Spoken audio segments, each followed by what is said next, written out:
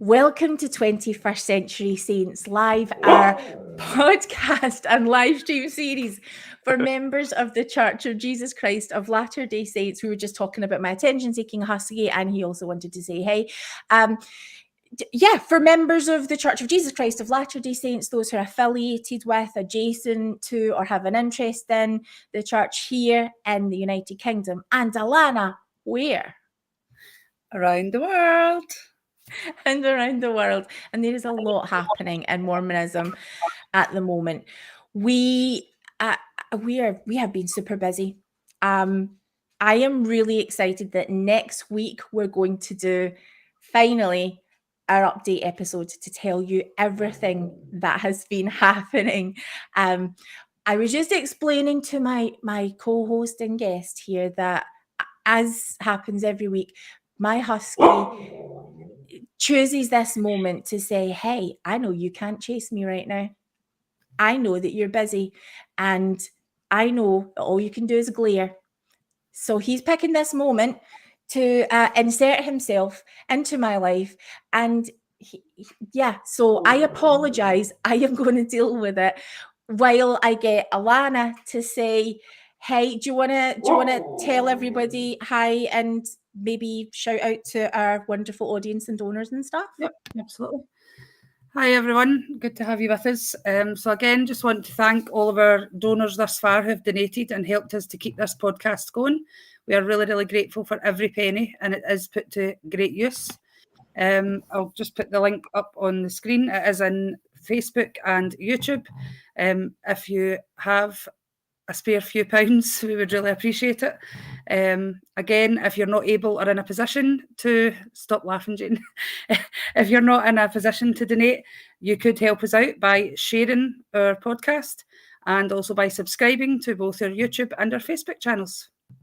Thank you so much. We literally, the husky is being chased round our house right now.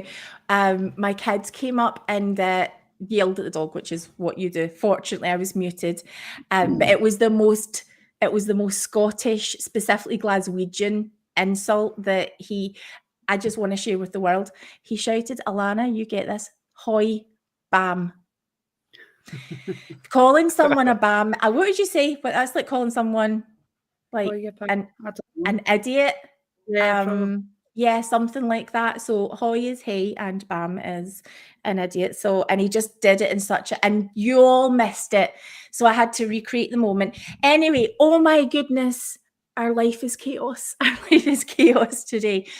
Alana, if you need to jump out at any point, Alana's holding space for a family member just now who's super poorly. We are shouting out specifically to you. Get well, our lovely, lovely princess. We're thinking about you, and we're sending all our blessings for some good news and a very speedy recovery. So we're thinking about you, girl, and all of the family who are affected. We love you.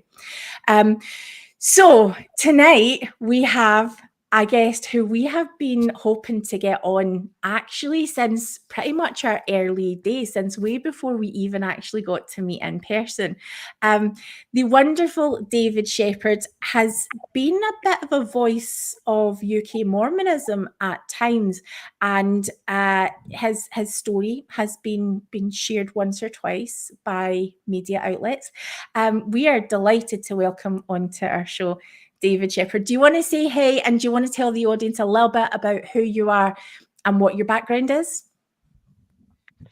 Sure.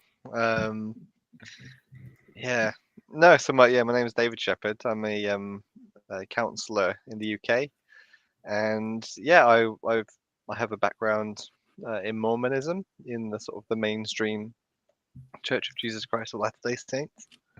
And the referring to media outlet stuff. In 2018, I was on with Peter Bleakley from the Brit Vengers, and his name fails me now. Stephen Bloor. We're talking about masturbation in the church, and the kind of the culture around one-on-one interviews with bishops, sort of during the height of Sam Young and the Protect Protect the Children campaign. And yeah, so it was weird. Spoke about masturbation on TV.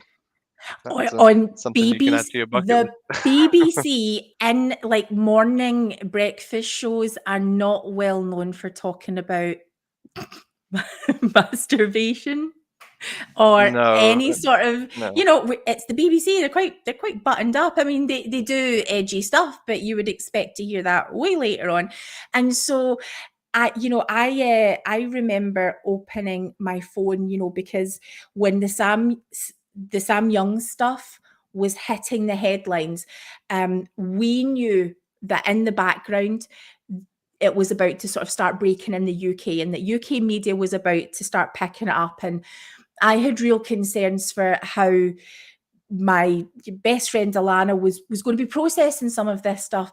And so I'm sort of looking at my phone app constantly, looking to see what's happening. And so your face is one that I recognize even before, because I think if I go to the BBC News app and there's a tab which I have, which is specifically Mormonism, and if I scroll down to the bottom, your face is still there. So it's it's still current, it's still relevant, and it's fascinatingly one-on-one interviews have just never stopped being relevant. And for you to have be part of that moment where you and Peter Bleakley are talking about masturbation live on the BBC was golden. It was so well handled, and they gave you loads of time to sort of talk about it, and it was very sensitively handled. So yeah, thank you for being that voice. So would you talk to us a little bit about what your Mormonism background is? Were you a convert? Did you grow up in the church? What did that look like for you? So I've always just thought myself as having a fairly traditional like Mormon background. My parents were both converts to the church when they were in their teens. My mum was 19, my dad was 13. And I just I'm the fifth child, so sort of a well-established sort of Mormon home by the time I was sort of growing up. And I mean, church was always kind of boring, I suppose, as a child. But it was fine. It was just kind of something that you did. I got to my teen years, and I started to realize that the lifestyle of Mormonism was something that would actually kind of, depending on how you look at it, impede how you would interact with other people. So just you get to 14, and you'd be at a friend's birthday and everyone's having their first beer, and it wouldn't necessarily be a part of that, but you're starting to feel like a bit of an outsider. And so I kind of realized for me that I needed to figure this out, because it didn't feel like the kind of church that you could kind of comfortably be in kind of halfway. In my mind, it needed to be all in or all out, as far as I was concerned. Otherwise, haven't they, that you can't have one foot in the church and one foot out? That's always something I was taught growing up. You're either all in or you can't part in, part out. Yeah, and the thing is, and people do it, and it's great, like if they're able to sort of manage that. For my brain, I couldn't. And I think I also had I grew up going to a Baptist it's like a Baptist youth group, like alongside going to like youth and stuff, which I liked a lot more. It was a lot more fun. And I kind of go in there with a chip on my shoulder, just like, but I have the real truth. But it was like, but also it kind of introduced that conflict as well, when they would speak about kind of traditional Christianity and that threat of hell looming over, really, in kind of, it was kind of made in subtle ways that you need to be thinking about, where you fit in God's eyes, sort of thing. And so it was in my brain that I needed to figure this out, because we could be wrong, and I could be going to hell in a handbasket, like So there was more of an urgency, I think, that I felt in my teens to really know whether or not this was right, because I didn't want to end up, my feet on hot we coals. didn't really so much have scouting programs affiliated with the church here in the UK. So it was, the Duty to God program was what you would have gone through as a young man. What were your sort of experiences of doing the Duty to God program? How did some of those things shape what your experiences were? What was it like for you? For me personally, the duty to God thing, it didn't really have much of a impact at all. I think mainly because this is my guess, but because I had young people who were above me in age and below me, sort of a couple of years either way. So I was like the one deacon's quorum president, and then by default the teacher's quorum president, and of no one, it was just me. Yeah. So there was a kind of, I don't know, like when I would read the book, I felt quite disconnected from it, partly because it felt like it was this group effort of trying to like live this certain way, and you and your quorum are going to do this. And I think I was quite resistant to the Americanized aspect to Mormonism. I think I didn't. It always felt uncomfortable with just aspects of whatever stereotype I had of America. It was this very cheesy, quite disconnected, and I kind of felt like that. I think at the time I felt like Duty to God was the sort of a program which they did in America, and they kind of would bring it over here, but it didn't really make sense. I think nowadays it's just it's different. Like there's more of a spiritual, I guess, thing to it, rather than just like a lot of tick box exercises, which I felt it was. I kind of thought like it was another school book, but for church. Yeah, that actually makes a lot of sense. One of the things that we've been trying to do is we're trying to collect, have a look at the history of what these books looked like from when they were first introduced to the present day. And so the stuff that we've been able to gather, the stuff that we've been sent, and people have been really wonderful, and I included in it the stuff that they would write in their books. And we're really struggling to get Duty to God books because the young men seem to have not had quite so much of a connection to them as the young women did. The young women use them almost to sort of journal, and it's a lot of it is based on authority. So I'm so I'm so happy I got to learn this about the priesthood, and here's how I can sustain these young men and help them to go on a mission. Whereas the young men have all of this authority, and so you kind of know it all anyway, right? So a book can tick boxes. It's like there's two totally different dynamics happening, which is fascinating to me. So if our audience have any examples of Duty to God books, and you can redact whatever you like, but we would love to see them, so that we can collate them. I will say that I think that there was an updated version, I think maybe when I was about 17, 18 roughly, so like 2007, 8. And that was, like I said, the more kind of what I'd say kind of like the spiritual interpretation, more of a focus on that.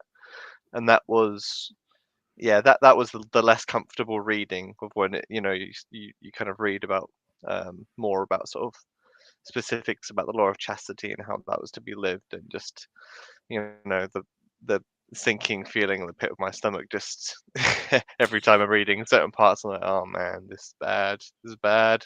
Asking a young man to talk about their feelings about anything it's not necessarily going to go well. No. It's I have to think about my feelings. Oh, that's awkward and uncomfortable. And we have to talk about it. I mean, but it could be such a healthy thing, right? It could be. Yeah, in the right environment. In the right environment, yeah. Yeah.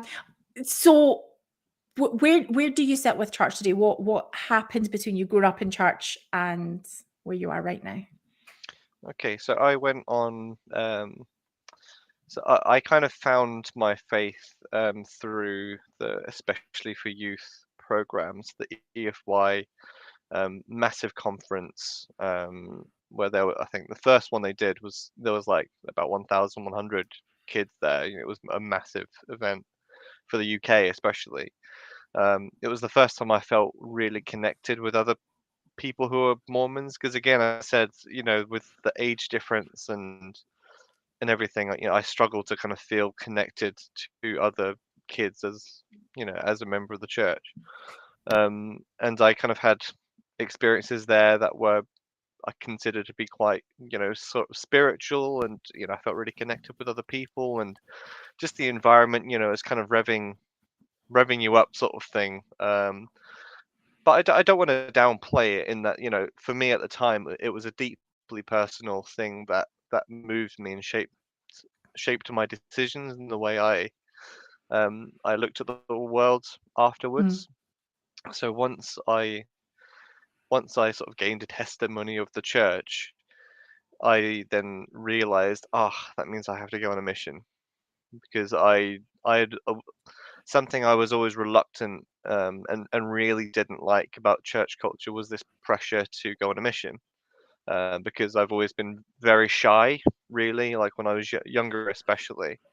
And so, when people would make the joke, "Oh, that's a good missionary handshake," I used to get so mad, because they just felt like that I didn't have a choice. But then when I did realize, I believed in the church, I didn't have a choice in a different way, which is that, I guess I need to go now. So I went I was called to the Germany Hamburg mission, became Berlin mission, served the full mission, was there 2 years. And I, won't spend too much time on that, but it was difficult, the good and bad to be taken from it. But yeah, I got home and felt very much adrift when I got back. I really didn't have much of a direction at all, because everything had kind of built up to that moment of going on a mission, and then suddenly I didn't have a job, and it was just a bit tough to get work and everything. And so just did the usual things. I met someone. We we got engaged fairly quickly. Like, we'd sort of known each other and were friends, for about a year. And then we became engaged, after a few months really of being together, and then about 6 months after that we got married and sealed in the temple. And it was kind of around not long after we were married. We didn't have any work at the time. It was just very, very difficult. I didn't really have much of an education on terms of schooling and everything. So I was just kind of going for just your everyday, shop jobs, or whatever I could get, cleaning jobs. So I had a period where I was unemployed. We were both unemployed for a while, and I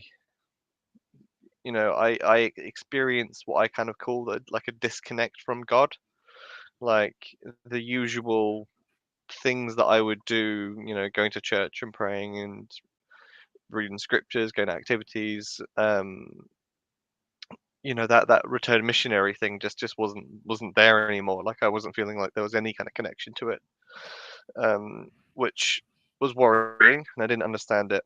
And during that time where I was trying to double down and to figure out what was kind of going on with me, I stumbled across things about the church history that I thought was so ridiculous. When I read it, and it was about Joseph Smith and polyandry, and it was just, and then I found out it was actually true. It was like, oh, okay, well, that's crazy. And then it's the age old question, well, that if I didn't know about that, what else don't I know about?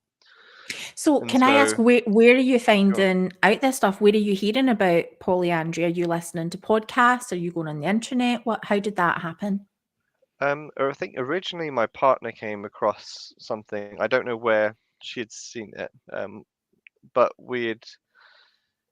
she pointed it out to me, and I didn't, because I wasn't in a good headspace. I didn't want to go near it. I was just like, oh, well, that can't be right. Okay, well, whatever, it's fine. There'll be an answer for it. And then, yeah, I came across Mormon stories eventually, and that was, John freaking Delenn. I He know, comes into every Satan story. himself. Yeah. Yeah. And it was just like mind blowing, really.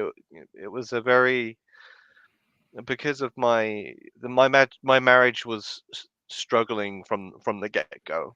It wasn't a great pairing for either of us. Um, so having that, and having the challenge with our faith as well, having she was a convert, a new convert to the church as well, so I felt extra responsibility there, of just carrying that, faithful torch. But ultimately, both of our faith unraveled, and I clung onto Mormon stories just for dear life. Just Yeah. hearing other people process all of this stuff it was my only safe space that I had at the time, because I didn't feel like I could safely talk about it with anyone else, and when I kind of tried to, it would get shut down, or there'd be some kind of spin on it. I would speak to priesthood leaders, who didn't know about the stuff, or thought they knew about it, and would kind of recommend things, but it was just very unhelpful. And um, I'd say probably after about 8 months, I'd sort of, towards the end of it, I came across the CES letter as well, um, and just sort of summarized kind of how I was feeling really about it. And then that was kind of that was it, and I realized that I couldn't believe in it anymore. Like, it was, I was trying to do everything I could in my mind to make it work, and I just couldn't. It was impossible. Um, and I sent a private message to about, I'd say probably about 30 people. I think those are like family and close friends, just to let them know that I was kind of having this experience, and this is kind of where I've ended up, and I still love you. I hope you still love me. It's just, this is just kind of where I am. And you know, I'd I'd I've been not majorly public. This is much before masturbation on BBC. Just the odd stuff that would come up. John Dillon getting excommunicated. I would comment about how I wasn't happy about that, on Facebook, but nothing really that major.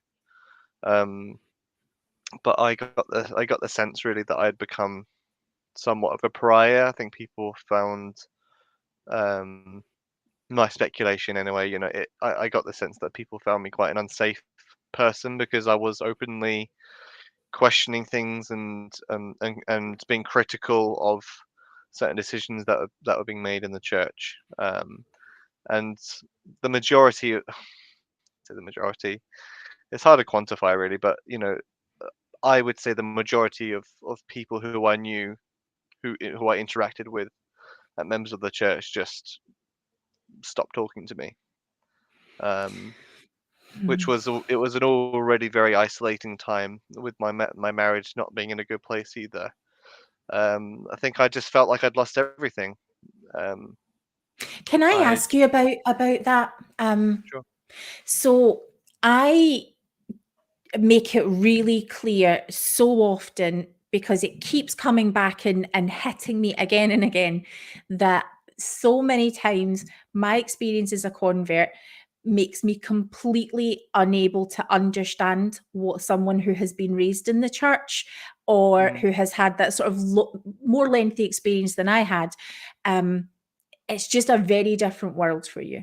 So whenever someone would say, you feel like a pariah, you feel like you've been dropped, no one's really listening, your ward, you've sort of been expelled, some type of soft shunning, maybe, that kind of thing. Yeah. I struggled with it. In fact, even at my core, I think I still struggle with it, because what's happening in my head is, I know. So I'm going to use the example of Alana. I know the example of Alana. Hold on, I know everybody loves you. They have been your ward family since you were born, and your ward family, if they were listening to this, would be like, no, that's not how it was. I'm always there for them, but we just don't. There's some kind of excuse that is absolutely not, hey, where did my word just go? This is a you thing, not a ward thing. And I really struggle, because I've seen that it's true. I've seen that it happens, and I don't understand it. So Alana would be like, this is something I've experienced. And I'm like, oh, okay, come on, name names. Who are we talking about here? No, are you sure this isn't just your perspective, that you've put up your walls, and the relationship is maybe a little bit different? Is this a you thing? So I want to ask you a little bit about that. Sure. What do you think your ward would make of it? And if I was to really push and say, oh, come on, your ward didn't really dump you, really? Tell me what that is actually like. What does a ward need to know about what happens?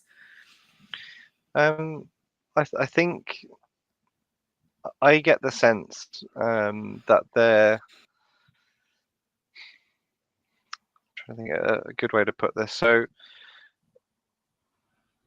there was just a noticeable difference between what I would call maybe my social interaction with, the majority of people who I spoke to were members of the church at that point, especially off my mission, where before my mission, actually, the main people in my life were non-members. They were friends from school and college and stuff. So, the distance of my mission also created that distance from them. So I relied more on the fellowship of the saints, my ward, or the YSA, and my mission friends. I'd made so many mission friends and missionaries that I just loved and thought, they were just the best.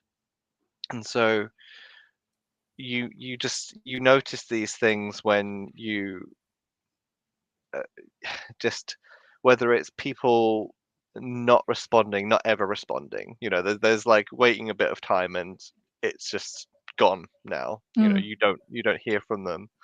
You don't, it sounds really like childish, but people don't comment on your things anymore. They don't like some of your things. They don't, there's not that odd message out of the blue to be like, hey, how are you doing? And I think even, towards when my mental health really, started to dip at its lowest, I think that there was just I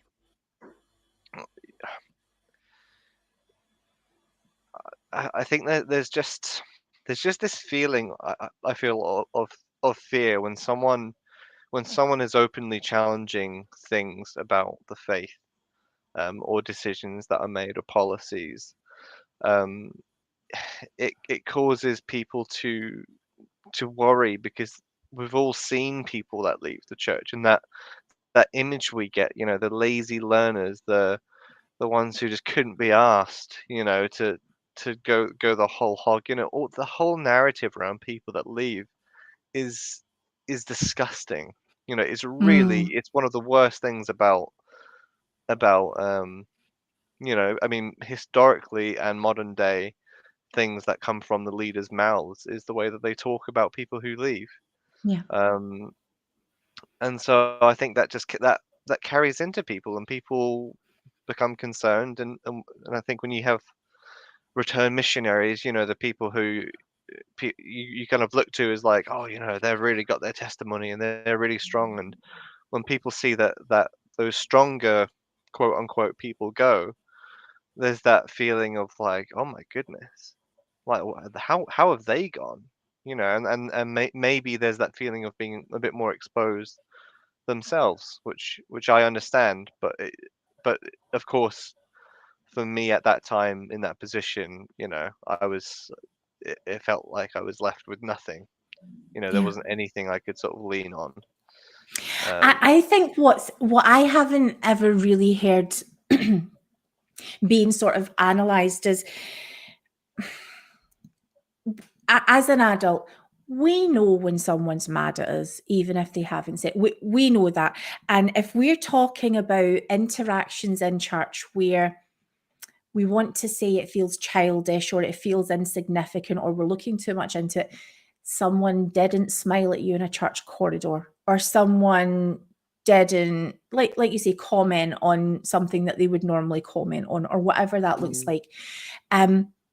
It seems like it should be trivial and nothing, but actually, having grown up with a ward family, people who are invested in you, when you feel a change of that dynamic, there are very, very small things that lead you to feel rejected because, in some level, you kind of have been. There is a change, and you maybe can't even quite put your finger on what it looks like.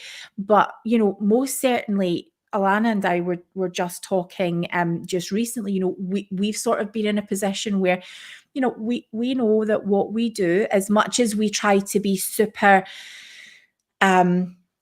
balanced and very honest, we're certainly not attacking the church, but nor are we, you know, we're in this space of just honesty and having tough conversations and saying what's really in our hearts. We know it causes pain. And so, you know, I have chosen, you know, not to attend particular ward activities because I know that that's how I'm going to make someone feel. And I would rather not. If it was sort of a Sunday experience, that's a little bit different because there's sort of rules and structure and there's less of a sort of socialness to a service activity where, and, you know, for the first time ever, I think Alana experienced it in quite a indirect but direct way, that if you were to explain it to anyone else, they'd be like, oh, come on. And you're doubting yourself. Did that really happen? What, you know, maybe. And you're making excuses and you're rationalizing it. But I think we do ourselves a big disservice when we don't give credit to what is really happening as human beings.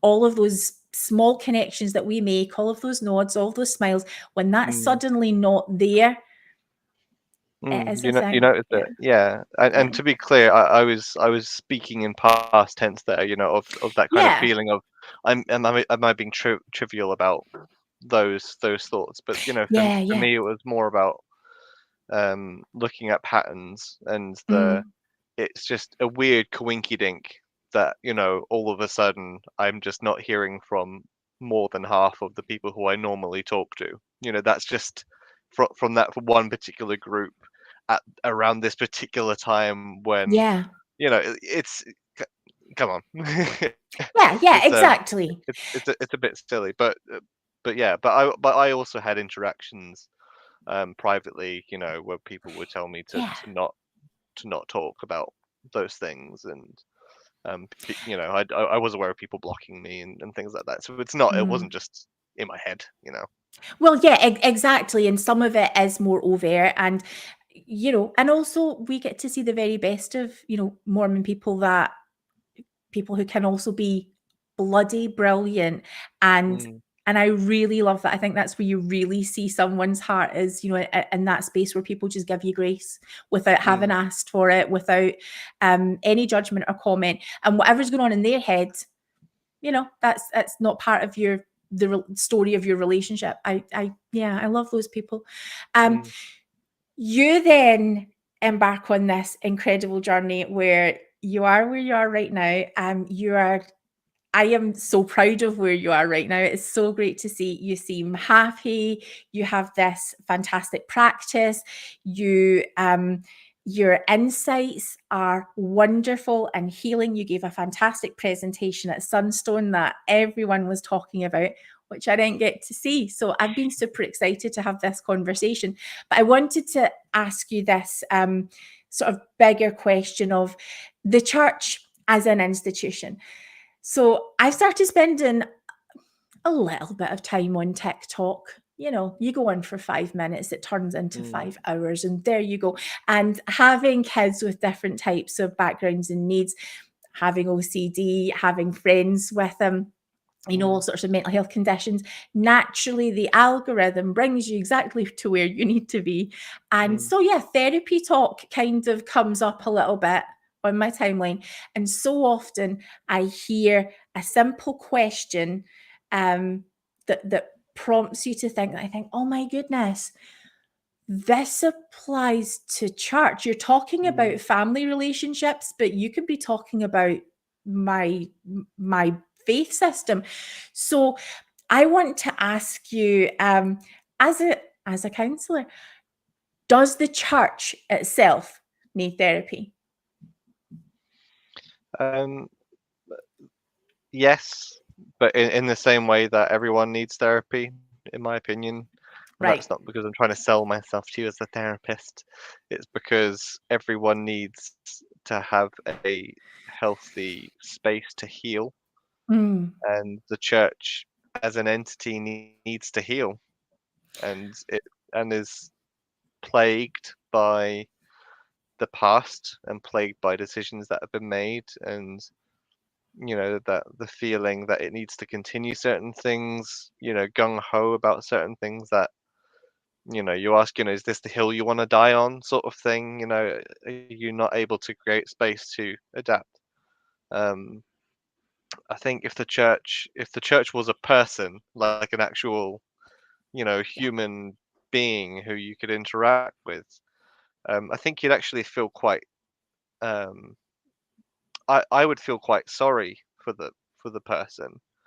It's easier to get angry um at the institution because it's so distant, and it's this entity that's just rah, it makes decisions, and that you don't agree with, and because of how large it is, it has sweeping effects. But if it was a person, it would be someone who, I think the church is very scared a lot of the time. Is very someone who's very frightened about how it's perceived by other people. Feels the need to um maintain certain things that ideally, it might be healthy to not necessarily need to hold on to. um and aren't we all like that? mm, In that way, the church is quite can be human in that sense, how we can sort of relate to it, but it is different because it is an institution. And it frustrates me that I always forget who did this quote, but I think it's something like, an institution will will sort of look after you until it's in trouble, and then it will always protect itself. yeah. And that's the that's the difference, I suppose, between um maybe seeking help from an institution like that and seeking help from therapy, from a therapist, or from support groups, or people that don't have a stake in your game. It's like, your decisions are your decisions, and you can do what's right for you. And the church um, has values, and it has a way of and beliefs that would suggest that if you live this way, then you will be happier. And I think that most of us would probably have similar ideas ourselves about how, what that looks like. But I think sometimes it oversteps the mark in terms of, but if you don't follow this, you know, whether it's overt or it's subtle ways of um, suggesting to people that they need to do something. Otherwise, you I can't think live with that's your really families. Like, the when you, like, stakes are high. Mm, I think that's like, again, it just hits home again to me, because I've talked about this before, but I was so invested in that, and I really believed that for so long, that I could only truly be happy in the church. And I think I said this either last week or the week before. I have never felt happier in my life and in such a good place in my life as I have now, since I have no longer attended church and had that, what I call, control over my life, because so many decisions were made by the church on how I lived my life. Then from that came the guilt, the shame when you didn't get it right. And I can honestly say, and that, you know, I make the jokes about, has the light gone from my eyes, you know? And I just think, I've never been happier. Like Jane can totally attest to this. I have been, now obviously when I first left the church, I had that period of anger, hurt, frustration, all the things. So I wasn't in a good place. But now at this time in my life, I have never felt happier in my life than I have. And I'm coping a lot better with my mental health and all the various things than when I was attending the church for all those years on and off. And so I guess for me, I just feel that whole situation where they say the happiness within the church is just another form of control, in my opinion. Yeah, and it's such a shame because it continues that, you know, that polarizing kind of feeling that we all hate. Like everyone hates that feeling of just being, you know, like apart from each other, and that, you know, like and something unhelpful that you can sometimes hear is the exact same thing that people who are out of the church will talk about people in the church, be like, oh well, you know, they can't be that happy Yeah. because, you know, if they really knew that they were under control of this and, you know, they're being manipulated in this way and stuff, but it's like, you know what, they seem they seem pretty happy with their life, you know, like can't we just be happy for each other? You know, it sounds really like hippy dippy, but you know, can't we just, if No, if if if you found a way to be able to make your life work in something, that's great. But hopefully at the same time, wouldn't it be nice if we could share things that were more honest, not necessarily critical, but like feedback that could actually, you hear it from someone and be like, you know what, I do that. yeah, Yeah, okay, I'm gonna I'll think about that. You I know, love that that. that would be Yeah. ideal. It would be healthy. I mean, honestly, I would love to just go through every tweet, every Facebook comment, TikTok, you know, whatever it is so often saying it's complicated. It's more nuanced than that. Let's think about this a bit more. You know, there's so much. As a human being, I want certainty, but I don't know. I find it really interesting to think about therapy from a British perspective. Therapy, I've always thought of it as a Mormon, as an American thing. Mm, People in America talk about therapy, and everyone's in therapy, and it's because maybe there's a lot of neuroses and unhealthiness, and how you know a particular demographic is working. I don't know, but it's just not really been so much of a British thing. mm, Um, what does now that in saying that, I have been a recipient of therapy, but not necessarily the sort of it's been more with a view to sort of deal with what would do we need a diagnosis for mental health, so mm, OCD, you know, as a child, for how to sort of deal with panic attacks. And so it would be fairly short. It wouldn't require a lot of self work. mm, It was sort of very, let's find out, as a sort of almost treatment, how we're going to approach this. Now things have really changed over the mm. past even just 10 years. But yeah, what do we do with therapy in the UK? Why do we need it? Mhm. And what does it look like? Okay. So I actually feel so prepared for, you know, just that I've got notes here. This is great. Okay, so just to go over, this is just top of my head, and it's a few points. It's not an exhaustive list, but things that that I suppose I can speak to as both a recipient of and a administer of therapy. So it can validate your experience. So it's very easy to doubt yourself, to feel like you're kind of, again, kind of losing your head a bit with what's going on. Um, it can help you process your experience. So just by being able to walk through it, with in a space which is confidential, that you're not thinking about, oh, but if I say this, then it's gonna come across like this, and it'll impact me in this way, in this way, in this way. You can speak openly. You can speak with someone who, I spoke earlier about with the church having a stake in the game. There are no stakes in the game. That the the therapist will want you to hopefully be your best self and to find ways of coping and managing life that works for you. And that's kind of the extent of it, really. It's just wanting to help you, but how that looks is kind of up to the person.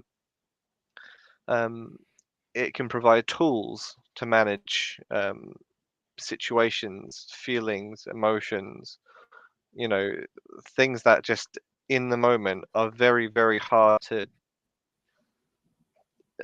go through and to think, every time I interact with this person, we end up fighting, or whenever I go to work, I feel like I'm bullied or belittled by this person, and not really realizing, oh, maybe I have a boundary.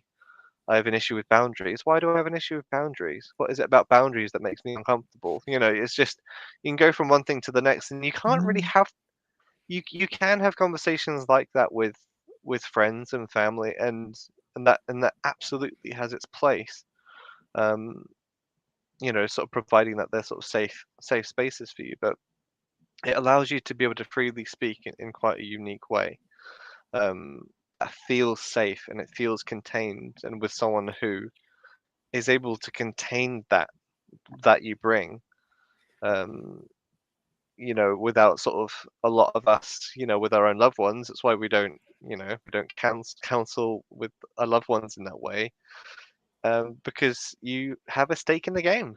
You want to rescue them. They're hurting. You want to stop the hurt, and the therapist will look at the situation differently, and deal with it differently than maybe the people who are around you. So those are some reasons, why it is a helpful thing. Talk to me a little bit more about, I think that would be a pretty common thing. If you have good friends and a family support network, isn't that all you need? It depends what the issue is, Yeah. really. If you're having issues with your, I don't know. I'll try to paint like a scenario of how we might tell a story, and we might just say, we'll say our accounting of it, and we know full well that we are just giving our own account. And the person who we know will be hearing that account, and they'll be getting riled up at the right times, or they'll be getting upset at the right times, because all they've got is your point of reference. And that's not that they're doing anything wrong or you doing anything wrong, but the fact that you're both in it. You're both in this kind of arena. You're not really able to see things from outside of what's going on. And You've let me only got that just, point of reference. yeah, let me just own that, because I make that really clear when Alana and I are sharing a dynamic and we're having our we can't even call it a therapy session. What was it? A rant session. I don't care what the other person's perspective is. What is the context? Is there anything unhealthy? I'm just there for you. You are completely right, 100%, and nothing else matters. I got your back, girl. That's all I need to know. Mm-hmm. And that's maybe actually not, well, it's not what you do. It's, I've always said I think my mum should be a therapist, because my mum's always annoyed me, like when I've went with a little problem or a little rant about something, and she always turns it around. But have you ever thought about it this way? And you're like, can you just agree with me, for goodness sake? Yeah. And it really irritates me, but I know that she does have a point. Oh, see, I'm an enabler. I will absolutely. That is not true. I mean, we get really sort of, we do go deep, and you know, and I think I try to be helpful, but yeah, my default setting is, I got your back. I am in this with you. I don't care. I don't need to know another person's perspective, because the only important thing in this story is you right now. So to I think have as well, someone, sorry, I think we're finished there, carry on. no, I done. You go. No, I was just going to say, I think taking it from the other angle when you said, but you've got a great family and friends support. I do have great family and friends, but from a patient's perspective, if it came to something that I really needed therapy about, I find it very difficult to go to people who I'm close to.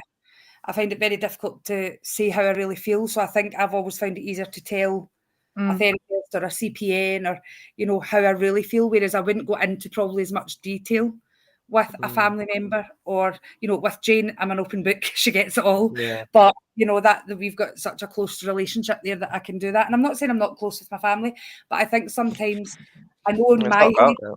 I know in my head, I always think I don't want to go to my friends or family with my problems, because they've got enough of their own problems to deal with, and they're dealing with this and they're dealing with that. So I think when it comes to the crunch, it is, I needed therapy, and I went and got that support because it wasn't working. I thought I could get through it with the support of my family and friends, but it wasn't working. So I had to go and get that extra support. Well, actually, what I think Really good point. is super relevant. I'm sure my husband is watching. He works in London midweek. So yeah, we talking about you, Guy.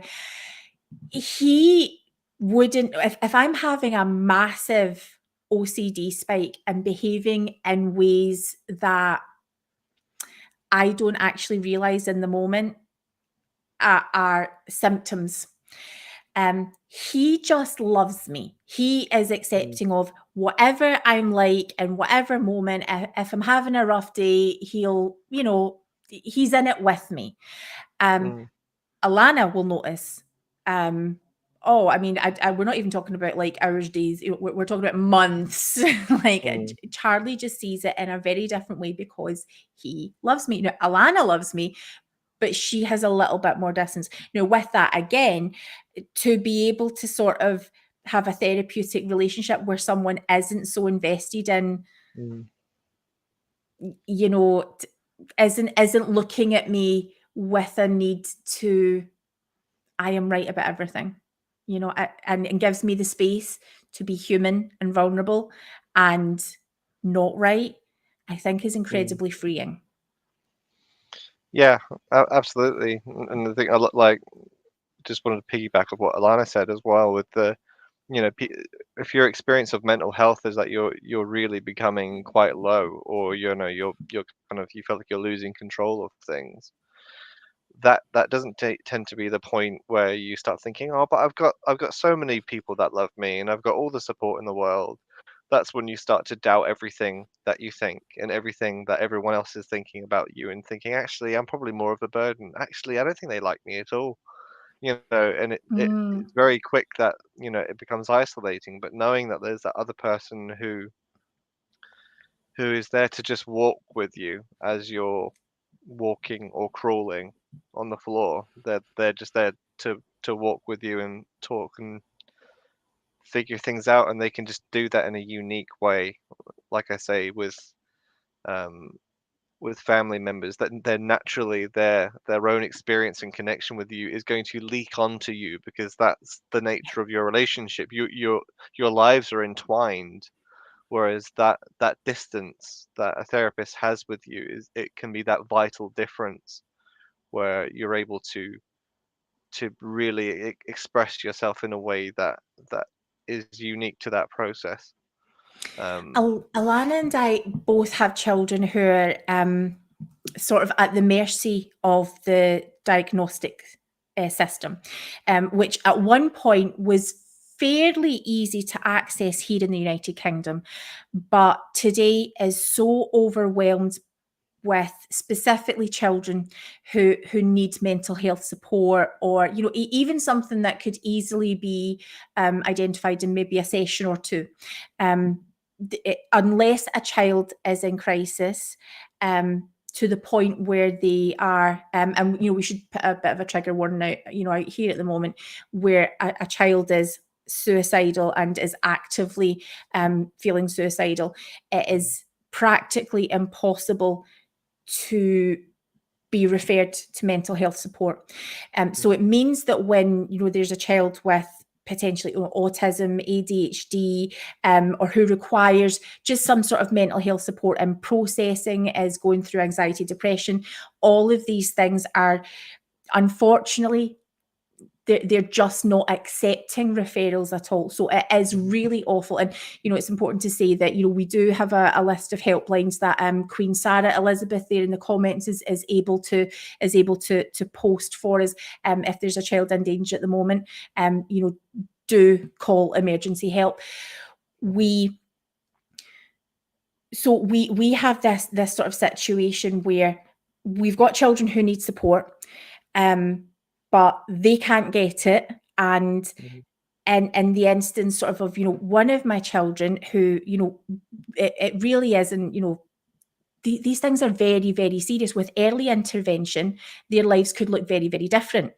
So at the moment, we have to sort of plod on. Now, I'm asking questions like, when a sort of referral knockback comes out, it's literally saying, you know, you've got good support, you know, that I seem to be doing a good job, and that's going to be fine. That's all you need at the moment.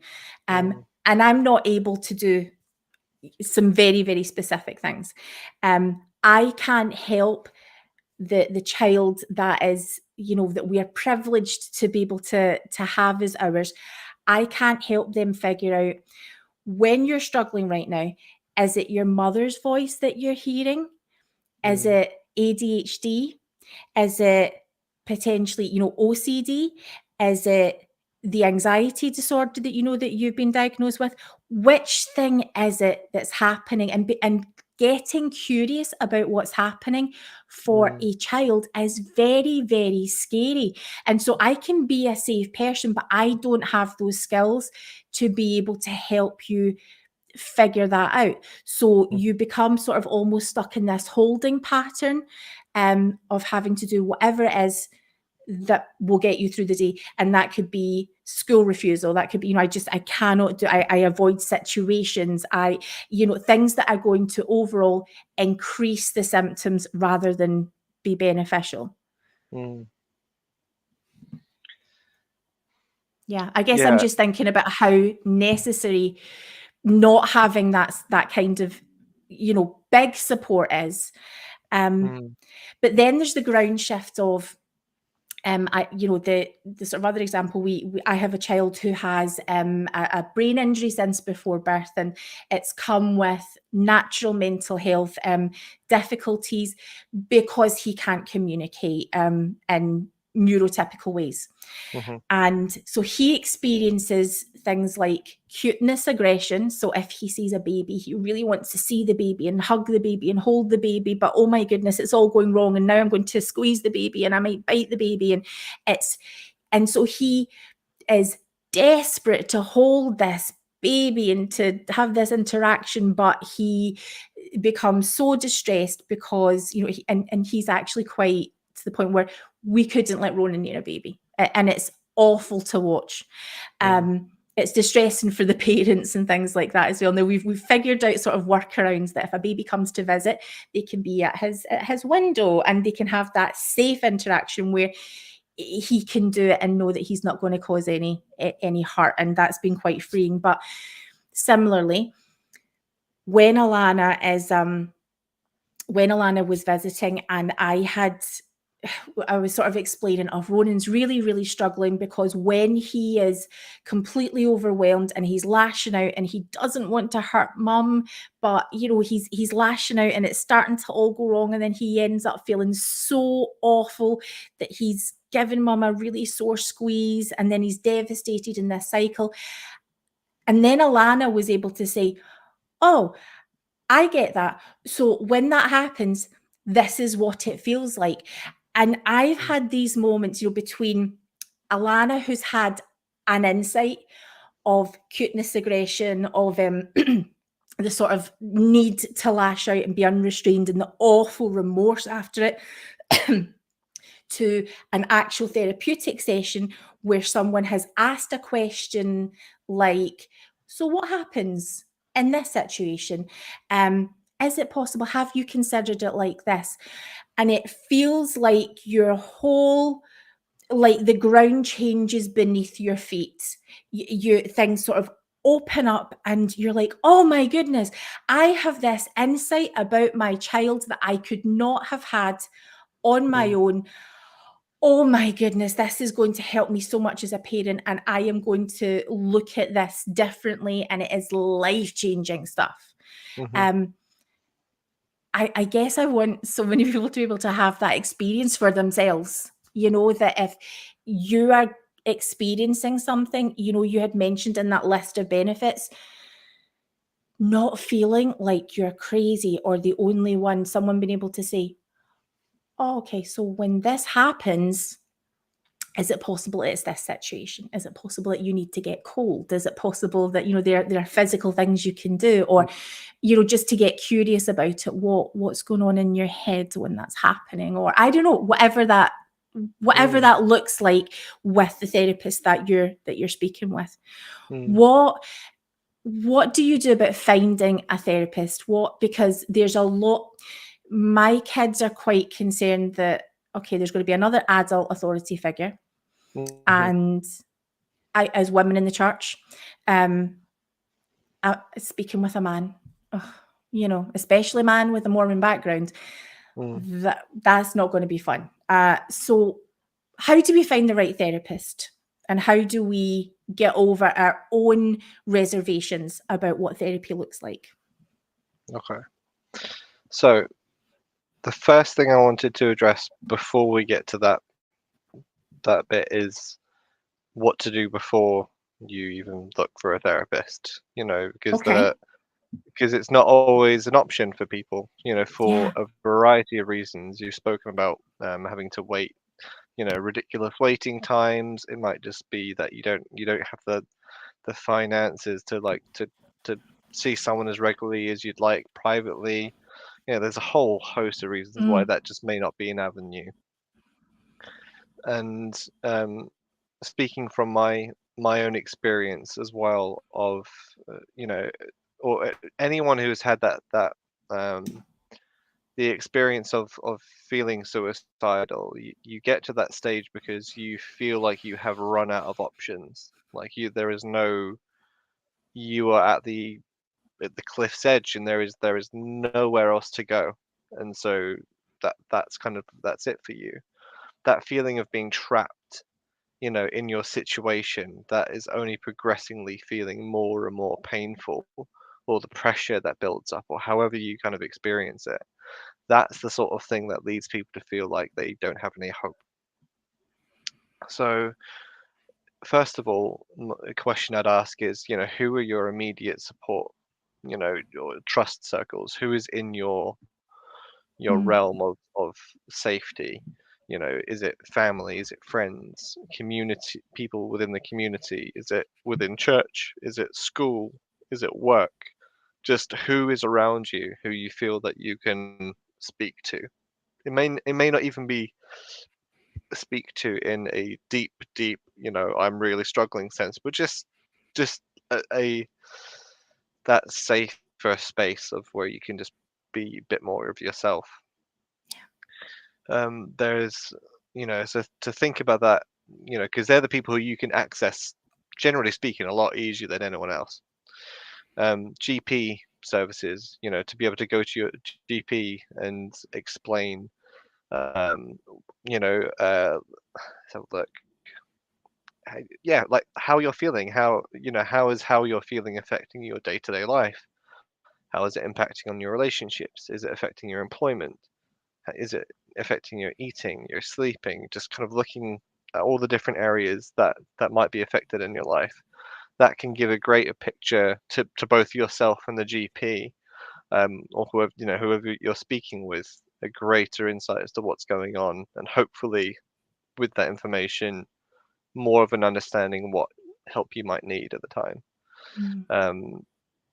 There is also there will be local and generally speaking free support groups, in your local area. I can't speak to whoever might be listening, but There are often community-based support groups of, it could be mums, it could be men, in Leeds, Yorkshire, there's Mint, there are these groups that are maybe for a certain kind of people, but there are groups that are free that you can attend in person, and you can immediately feel that sense of connection with other people, that you're not alone, a space where you can talk about what's going on for you. And yeah, it's not solving your problem. You're not coming away from it saying, oh yes, that was the answer I needed, now I can kind of walk off into the sunset. But it's that connectivity, that human connection, that can be massive, because Yes. it takes you out of that isolation experience. And that if I you're love that. really, Yeah. yeah, if you're if you're really struggling, and you're feeling quite inward, and you don't feel like you can talk to family or friends, like we said earlier, you might be starting to wonder whether, you're becoming a burden to people. you know Calling 111. There's 24-hour charities like Samaritans, um and I mean, there are lists. I'm sure we'll be able to access them later, but um that I've called the Samaritans before, and I got really annoyed at not at the person, but kind of, I didn't realize that it was just a talking thing. Like, it was just like I said my bit, and then they were just like, oh, okay, well, if you need to talk, if you need to talk again, you can call us back. And I wanted answers. I wanted a back Yeah. and forth dialogue.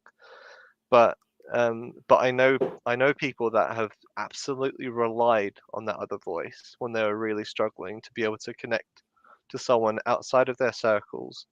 Um, and again, it's free, and it's Mm. 24 hours. That's something else you can access. Sorry, I'm whittling through just to make sure No, that this is great. This is we've really got helpful. as many in. Um, Crisis teams. I mean, the NHS is under a lot of pressure at the moment. There's funding. There's all sort. We know the challenges there.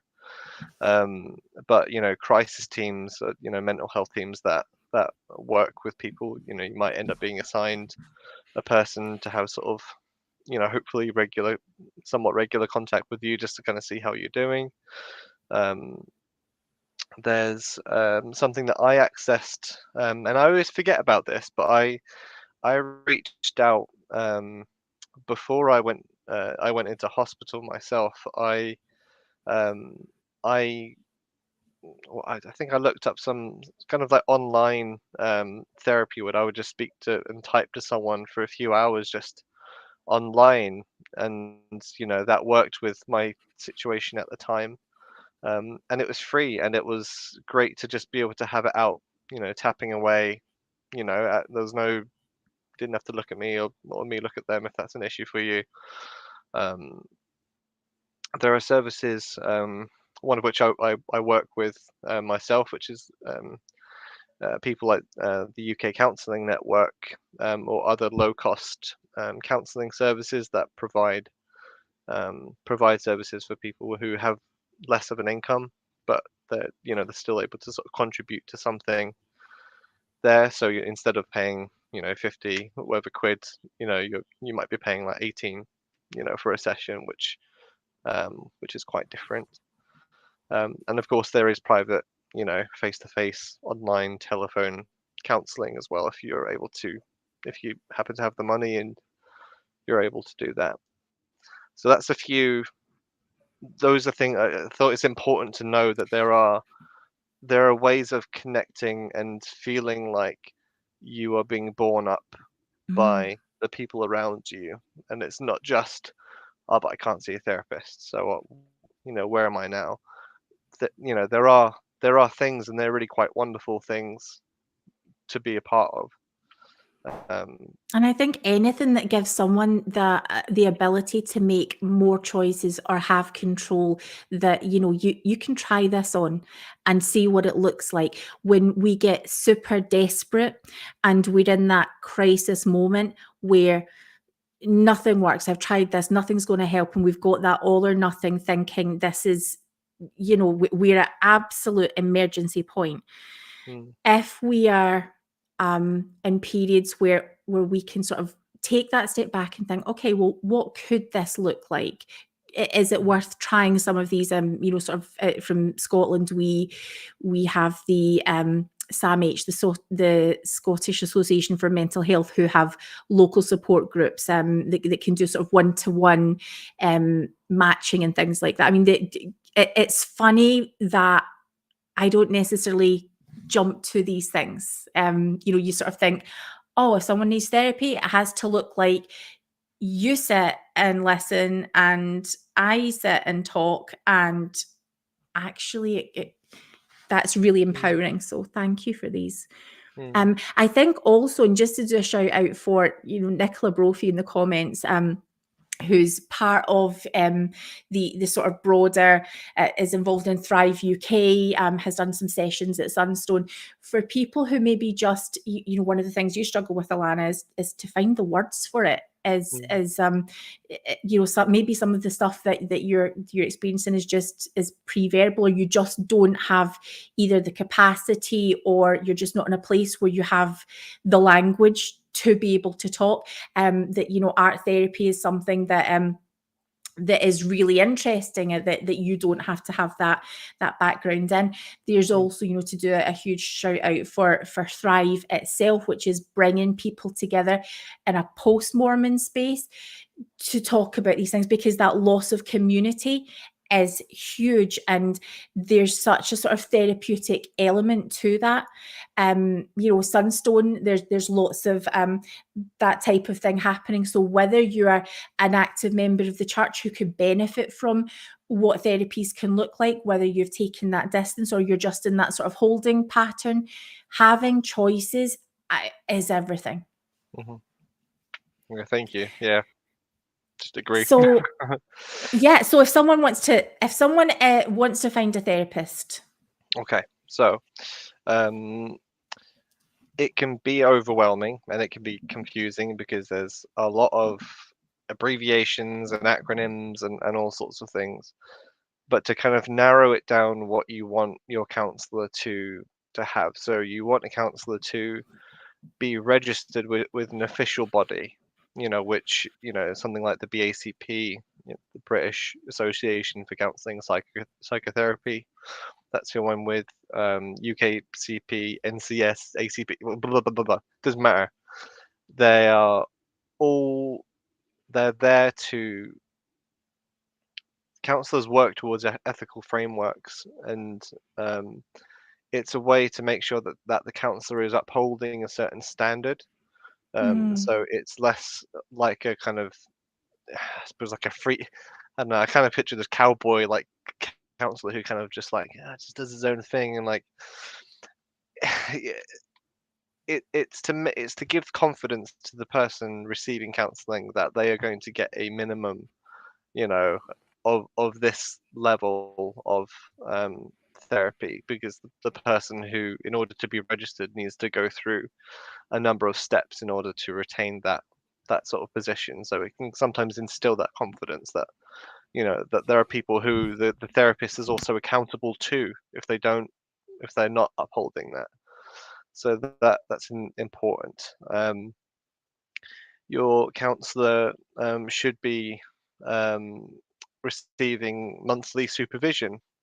So counselors don't talk about people, they talk about issues. They talk about circumstances, ways of working with people, with their supervisor. So everything still remains confidential, but it just means that that they're able to get extra insight from a very experienced counselor themselves. So again, it's a way of making sure that your counselor is doing what they should be doing as a ethical health practitioner. You can contact counselors through directories. Like the BACP, for example, has a directory where you can look at location, you can look at price, you can look at whether you want to do it face to face or online, or whatever kind of works for you. And naturally, there's websites on Instagram, Facebook, there's you can look around. There'll be people who you can contact, and with today as well, with things being very kind of online now anyway, it's that bit easier to find someone who might be more suitable for you. And to what to expect. So I don't know what what either of your experiences of counseling are, but a lot of people have that in their minds. They're on a couch and there's a dude with a clipboard and is just I see, just the I don't know, this kind of weird dynamic of just this smart professional who's just there to fix your problems and psychoanalyze you. That literally was my experience of of as a 15-year-old who Mm, kept referring to me as Miss and then my surname. Uh, mm, and I was so uncomfortable, because he kept doing, and it's because I'm a kid. Nobody mm, calls me that in real life. It's weird. Could yeah. you use my first name? And he's like, it's so that we can keep professional boundaries. And Mm, I'm like, oh, I'm never going to be able to talk to you. yeah. And it Yeah. was, yeah. So, yeah. It's a very I think it's people picture Freud and these kind of what they're imagining what counseling looks like, and I joke about it, but at the same time it can kind of create this intimidating experience of just you're going to see someone because there's something not going on upstairs. It's that kind of I am really I've become really deficient or dysfunctional, and only people who are Mm. really like on the other end of the spectrum are like they're the people that need the therapy. And I think that might speak to some of what you were saying about the Britishness of how people see therapy, when really this is what happens. you And know there's also the baggage of, any, if you're a member of the church and you're having a hard time, the advice is go and have a talk with your bishop. And Mhm, so, when you do that, great if it goes well and you hit the jackpot, but like you say, there's all of these things that don't happen. There is no accreditation, there is no supervision, there is no sort of best practice, there's no identifying of biases, any of those mm, things. But for me, I go with a feeling of shame. Like there's something that's wrong. There's something that I am out of alignment with in my life, and that mm, they have this ultimate authority. And I think that's kind of what I guess maybe I'm getting at, that, for women, if we're sitting with someone in a space where just simply, someone as a man, that can be enough to be really quite intimidating, and that it's possibly setting up a dynamic that I am used to. You have the last word and the authority, and I really, at the end of the day, want you to tell me what to do next. mm. Yeah, exactly. And you can also go for a female counselor, Yeah, well, or exactly. anywhere on the spectrum that that makes you feel comfortable. You can Yeah. shop for counselors. You can go and meet a person here, and if you don't feel like it's working, which is absolutely fine, you can meet Mm. someone that just think you seem great. It's not me, it's you. It's not you, it's me. Like it just doesn't jibe, and that's absolutely fine, because that you're human beings. That is what happens. But um, kind of moving to, like, I suppose what to expect from your first session will be that you would you would go through a contract, and this is important because the contract states from the get-go what you're wanting to how you're going to work with each other. Things within it talk about confidentiality. It talks about what happens if we don't someone isn't able to make the session, practical things, but also within it is that sense that we are making that commitment to each other. That we're going to work together, and this is it's more than a formality. It's that sense that you're putting your trust and energy into the other person, and that you're going to work with them. But like I said, contract keeps you safe as well. It keeps you safe from malpractice of the therapist. It keeps the therapist safe from someone who's trying to cause harm, to the therapist because of whatever's going on with them. But it's important that there is a contract that happens. It's very key. I initially do like a well-being check, so I kind of ask a number of kind of lifestyle questions, which just to give me context of what might be contributing to how you're feeling, and that's anything from sleep to how your libido is at the moment, to do you take any medication, do you have any formal diagnoses, what's your GP practice, like just giving that basic picture. And then I give the time to you to just talk about what is it that's made you come, what is it that makes you want to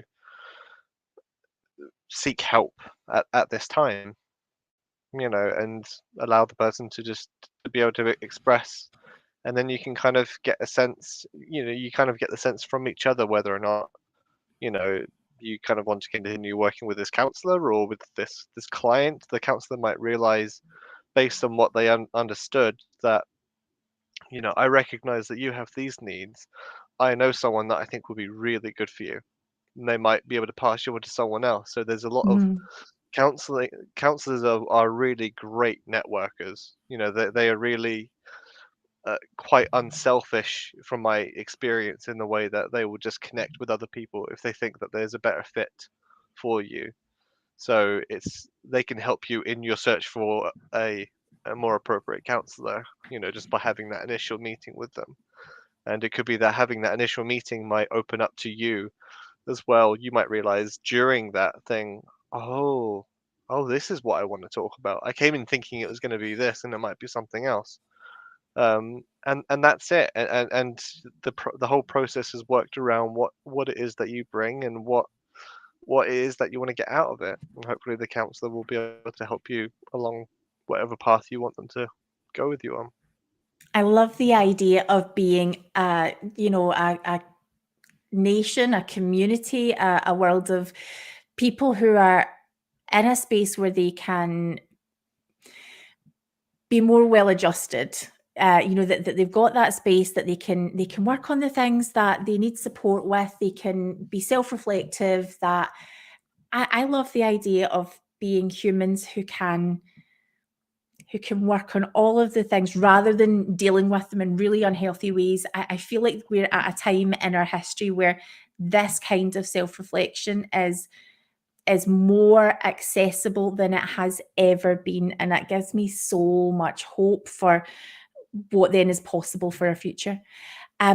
We are going to have to wrap up. But I want to make it super clear to our audience, you guys will be hearing from David again. We're going to ask him to come on a lot. We've got some panel discussions in the works.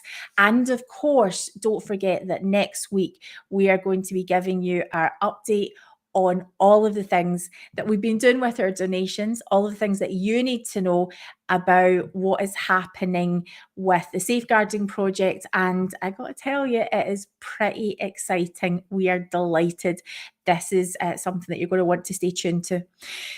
We are really aware that in our community at the moment, especially in light of the things that we have been talking about, especially in light of the events of last weekend on the events of Transgender Awareness Remembrance Day, we've been through a lot in this faith community, and we continue to go through a lot. If you need help and support, it is out there. And we will include all of the things that David has been talking tonight in the show notes. If you know someone who is at risk, act now.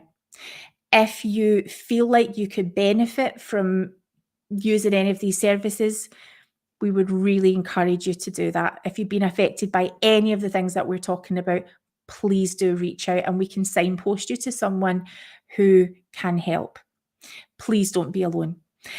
To close out tonight, Alana, do you want to share any closing thoughts? Or remember, you can say no. Alana's obviously having a bit of a day. I've got Daisy here. You're all good. You're all good. I guess on Alana's behalf, I would just thank everyone again for all of the donations, and I know that Alana is a big advocate for support services. It is super important. David, if we come back to you, do you want to close out with any final thoughts about the things we've been talking about tonight? Yeah, I guess like from what you said, with anyone who this might kind of really affect, from things that we've been speaking about, that there are places to go, and there are people to speak to, and whether it's a therapist, or you realize that there's that person I've just not spoken to in ages that I used to be able to talk to all the time. Wherever you find it, there are safe places to go, and if anyone has any kind of concerns, about other people, or if there's any like kind of additional questions or things that people aren't sure about, or they want to go over anything that we've kind of spoken about, I'm happy to talk to them, outside of this space, and yeah, Thank you so much. Don't keep it to yourself. Absolutely. You can find out more about specifically David's work at, I believe it's davidsheppardcounselling.co.uk. It is in the show notes and the chat notes if you need a quick link to it, but please don't hesitate to get in touch. You're going to come back and join us again, right, David? Yes. Thank you for having me. Absolutely. We are so delighted to have you, and thank you so much. Okay, audience, we will catch you here next week. What do we need to let you know about? The Brit Vengers pantomime. You're going to want to be there. This is going to be awesome. We have the incredible Radio Free Mormon who will be narrating the story of Cinderella. You have got the hottest cast in all of Christendom. And if you're American and have never seen British pantomime, you are in for a treat. It's going to be fabulous. We're going to update you on our work, and we are really excited. So please do stay in touch. You can find out more about our work at 21stcenturysaints.org. And if you need anything, please drop us a message. Don't forget to like and subscribe, and we'll see you at the same time next week. Good night, everyone. Hey, everyone. See you later.